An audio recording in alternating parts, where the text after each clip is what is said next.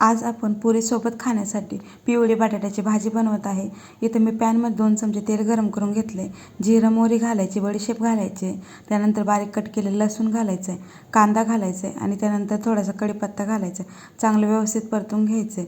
1 चमचा आलं लसूण पेस्ट घालायची, ती सुद्धा चांगली परतून घ्यायची। त्यामध्ये 7-8 हिरवी मिरचीची पेस्ट घालायची। आता हे सगळं चांगलं मिक्स झाल्यानंतर पाव चमचा हळद आणि चवीनुसार मीठ घालायचे। पुन्हा एकजीव करून घ्यायचे।